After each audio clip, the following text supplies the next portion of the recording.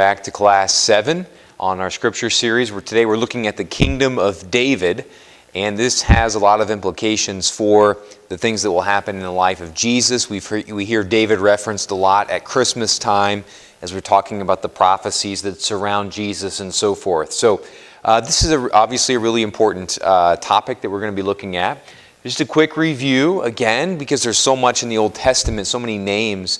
We're going to look at the major players thus far, just really quickly again to review them. Genesis, the very beginning of the Bible, we have Adam and Eve, then we have Noah and the flood, then we have the 4 great generations in a row there of Abraham, Isaac, Jacob, who is renamed Israel, and then his son Joseph, who is sold into slavery in Egypt and helps bring the family to Egypt, and so forth. Then in the second book of Bible, Exodus, we have the major player obviously throughout the entire book of Exodus and even into Numbers, Leviticus, Deuteronomy, that major player being Moses. And then we talked last class about Joshua, who basically succeeds Moses and actually brings the people into the holy promised land through Jericho and through the crossing there of the Jordan River. So we talked as well last class, I believe, about how Saul was made the first king of this new kingdom, of this new the promised land, right? God's like, you don't want a king, but then all the people are like, yes, we do. We want a king. Give us a king. So they gave him Saul. Saul turns out to be kind of a problem, right? He doesn't do a very good job. The power gets to his head and so forth. So they anoint Samuel. Then goes and anoints the second king of Israel, which is David, and he is anointed and then takes over after Saul passes away. So we have the kingdom of David then at the beginning of this class. It picks up there, Saul dies, David takes over. David is able to, he's a great general, wins some battles, conquers some places, gets some territory, and it really settles for the first time this kingdom of Israel. And he reunites all the Israelites and those places that he conquers. And so we see for the first time, we see here David's kingdom. We have the Mediterranean Sea. There's Egypt where they were brought out. They go down to Mount Sinai. They come up here. They enter in. David expands the kingdom all the way up here to the Euphrates River. This is Iraq here, okay? This is where Abraham, by the way, we heard this in the first reading this past Sunday. This is where Abraham, you remember, is called out of the the mountains there in the Chaldean wilderness. And so he's that, but just a nice little tie-in there. But anyways, this is David's kingdom here as it was during his time there as he was ruling. Now, David looks for a capital, a place to make the center of his kingdom, right? And so he takes a little-known city no one had ever heard of, so that no one would be upset. You know, it wasn't playing favorites by making the capital this friend's city or that person's city or this person's city. He picked a little-known city that no one had really paid much attention to, and he chose the city of Jerusalem. And he made that the capital of his kingdom. So the capital of the kingdom, of David's kingdom, became the city of Jerusalem, which is why it's still called many times the city of David, right? You might have heard that referenced in the Bible before. So, got a king, David, his kingdom of Israel. He has a capital in Jerusalem. And some important aspects then of the life of David that we want to bring attention to really quickly here today. David, first of all, brings the Ark of the Covenant to Jerusalem. So we remember the Ark of the Covenant is kind of the presence of God among the people. God dwelled in the Ark of the Covenant in a special way. So David brings the Ark of the Covenant into Jerusalem. And so he kind of is reminding everyone that God is at the center of this kingdom, right? So for doing that, God promises David a couple of things. He says God promises that David would have great kingly descendants. So he'll have this great family, this great lineage of kings that will come forth from him. And so he says, in fact, then God also says, not only will you have a great family of kings that will go on forever, he also says, he says, it will go on forever, right? And that's like, how is that possible? Okay, that's awesome if you're going to grant me my family is going to live for 100 years, or my line of kings is going to go for 500 or 1,000 or 2,000 years. David surely would have heard that promise from God and been like, it's going to last forever, as in it will never end. That's an interesting thing. And so, of course, then the third promise, or one of the promises that God makes to David, he also says, one of your lineage, one of the people who will be a descendant of yours, will be anointed the Son of God. Remember, anointed means Messiah. So there will be a Messiah, an anointed one who will be the Son of God, who will come from David's line. So David surely would have heard that and been like, man, I don't know how could that possibly be, right? Now, what we know now is, of course, that Jesus fulfills all of these. His kingdom is established forever because one of David's descendants is Jesus. And we hear that reading every year at the Christmas Eve Mass. If you go to that, the whole, this person was this guy's dad, and this guy's dad, and this guy's dad. It goes all the way back to David, right? One of them traces it back from Jesus all the way to David. So Jesus is a descendant of David, and so because of that, David's lineages, one of his, the line of David is anointed the Son of God. In fact, is the Son of God in Jesus Christ, right?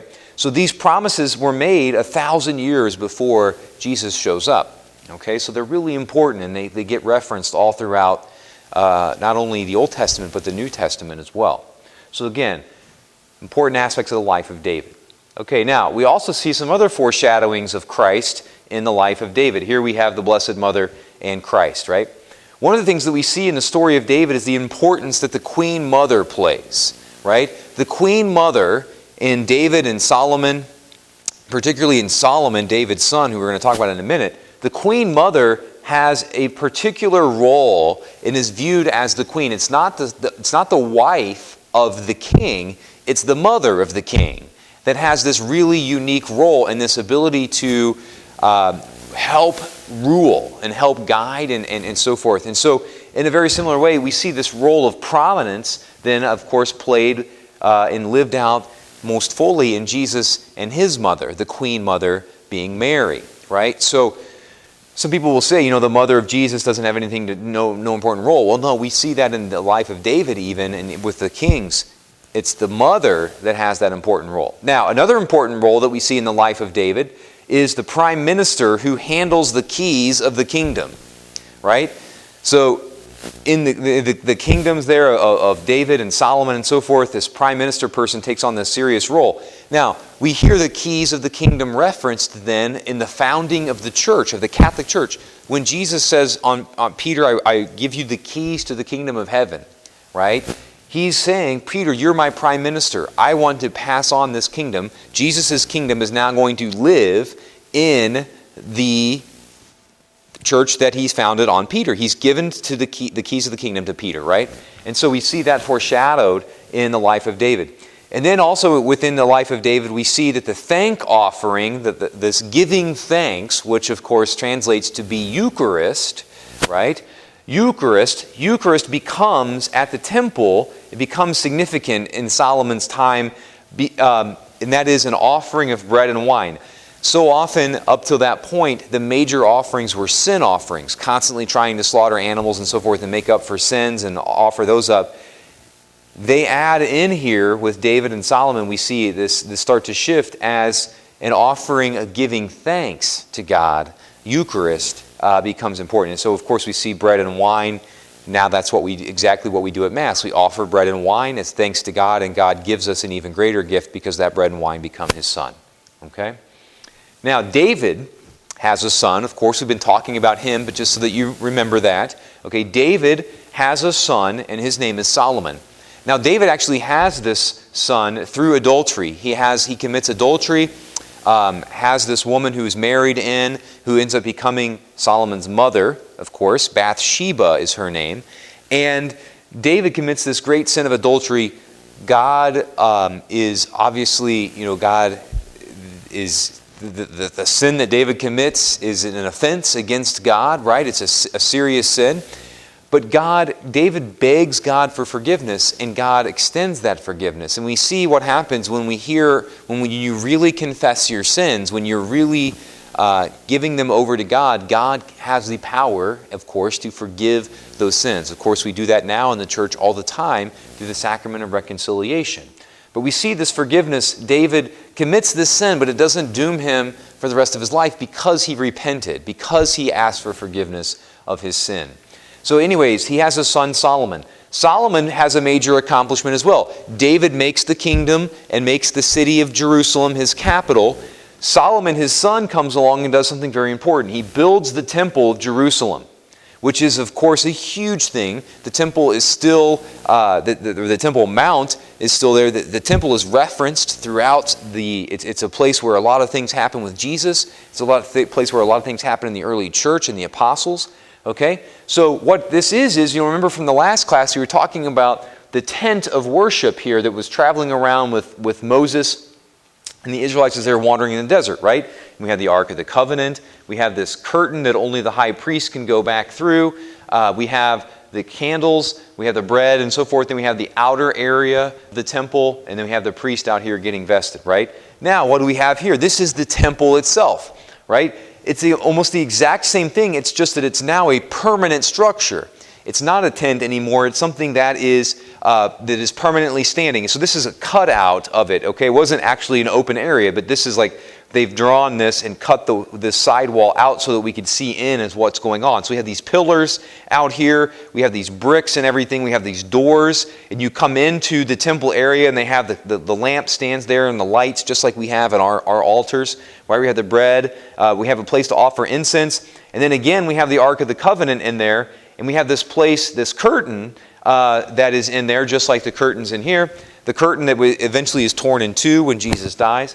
And again, only the high priest can go in there once a year into the presence of the Ark of the Covenant to offer incense and sacrifice and so forth, right? So Solomon builds this temple of Jerusalem that is, again, almost the exact same thing as the tent that was traveling with him, except now it's a permanent structure, as if to say, as it does say, God dwells here now with us permanently, right? After Solomon, the kingdom splits in two. So David's kingdom gets divided because Solomon's son and one of Solomon's advisors, of course, they break out into a civil war. They both want power, as we see so often, right, throughout the world today still, unfortunately, right? So now we have the divided kingdom here. We have Israel. This kingdom here is the northern kingdom. Okay, and then in the southern kingdom, after the Civil War ends, is called Judah, right? So we hear Judah referenced a lot too, because Bethlehem and Judah are part of the prophecy about Jesus, right? Where Jesus is going to be born. And so the kings of both countries were mostly bad. The kings go on into the history of the Old Testament. It's fascinating. It's a great story. If you ever read the first and second book of Kings, it runs through the different kings. Some of them were good of Israel. Some of them were good in Judah. But a lot of them were bad. And they offered sacrifices to false gods. In the same way, there were a lot of bad kings in Judah that really just didn't do a good job. As God was telling people long ago through Samuel, he's saying, you don't want kings. Kings will mess things up. Just follow my lead. I will be your ruler. But the people are like, no, we don't want that. We want our own kings. So you have this history then play out after Solomon builds the temple and dies. Then you have the kingdom split, and you have kings ruling over that, again, for several hundred years. And you have a lot of prophets that God sends. The prophets come in and try and get people back on track again, try and get the kings back on track. But again, a lot of times they're not listened to, of course, as they still aren't today. A lot of prophets, people that are trying to tell people what God is up to and God's doing, people aren't listening. So the kings, again, as I said here, they lead people to worship false gods a lot. And that was one of their major problems that they were committing, one of the biggest sins. Okay, so questions. Who was the first king of Israel? That's the first question. The second question is also very similar. Who was the second king of Israel? The third question, who was the third king of Israel? Okay, so who was the first king? We mentioned him last class. Who was the second king? He's the focus of this class. And the third king is also part of this class as well. So who were those first three kings of Israel? Number 4, which king united Israel under one kingdom? Who was the king that really kind of brought everything under one roof? Number 5, what capital does David choose for the kingdom of Israel? What capital is made the city that is the capital of the kingdom of Israel? The 6th question today, what does Solomon build in Jerusalem? What does Solomon build in Jerusalem? Number 7, what are the 2 kingdoms called at the end of the Civil War? When the Civil War breaks out after Solomon, there's 2 kingdoms. What are those 2 kingdoms called? And then number 8, what are the 2 things that what are 2 of them? You can pick 2 of them. 2 things that David was promised that are fulfilled in Jesus 1,000 years later. So what are 2 things that David was promised that are fulfilled in Jesus 1,000 years later? Okay, so up next then, we have the last class on the Old Testament. So the class after this, one more Old Testament class, and then we will dive into Jesus. So up next, because of the people were being so bad in the 2 kingdoms of Israel and in the kingdom of Judah, eventually both are hauled off to exile by stronger powers, people that were growing up beside them, and because Israel and Judah were not following the laws of God, they are weakened in power, and so these other foreign countries come in and take over and literally take the people away from the promised land and put them in exile in these different places. So we'll talk a lot about that. What we see in this, again, when we don't follow God, things don't work right. And we see that in our own lives today, right, as well. When we don't follow God's plan, things fall apart. And we're going to see that happen in a really complete way as these kingdoms are hauled off and the people are hauled off into exile in the next class. So that's all for today. Again, know of my prayers for you. I hope everything's going well for you, especially during your Lenten season. And just call if there's anything I can do for you. God bless.